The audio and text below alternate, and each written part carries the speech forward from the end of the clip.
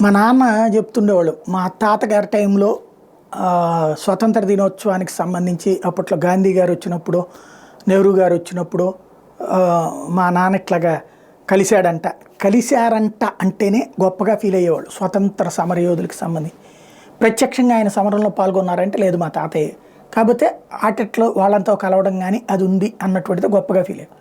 మా నాన్న వచ్చేటప్పటికి ప్రత్యేక ఆంధ్ర ఉద్యమంలో పాల్గొన్నారు. ఆ టైంలో మా బాబాయ్కి తుపాకీ గుండు కూడా తగిలింది. ఆయన నిరాదీక్ష చేస్తుంటే భోజనం తీసుకెళ్తే ఆ టైంలో జరిగిన కాల్పుల్లో తుపాకీ గుండె పక్క నుంచి వెళ్ళి అటు పక్క నుంచి బయటకు వచ్చింది.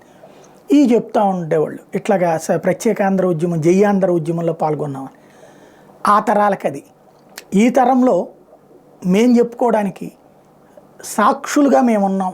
అయోధ్య రామాలయ నిర్మాణం, బాబరీ కట్టడం కూల్చివేత, ఆ తర్వాత న్యాయ పోరాటం, అయోధ్యలో రామలాల్లా ప్రతిష్ట, ఆ ప్రాణ ప్రతిష్ట కార్యక్రమం సందర్భంగా మేము ఉన్నాం, మేము చూసాం అని చెప్పి ఇప్పుడు మా బిడ్డలు కూడా చూశారు కాబట్టి పర్లేదు, వాళ్ళ బిడ్డలకి చెప్పుకోవడానికి పనికి వస్తుంది. అంటే మనవాళ్ళు మనవరాళ్ళు ముది మనవరాళ్ళకి ఆ టైంకి వచ్చేటప్పటికి ఇదిగో ఇది జరిగింది అని చెప్పుకోవడానికి. అంటే ఒక చారిత్రక ఘట్టం 500 సంవత్సరాల క్రితం జరిగినటువంటి ఒక దారుణానికి శాంతియుతమైనటువంటి న్యాయబద్ధమైన పరిష్కారం అన్నటువంటిది ఇన్ని సంవత్సరాలు పట్టింది.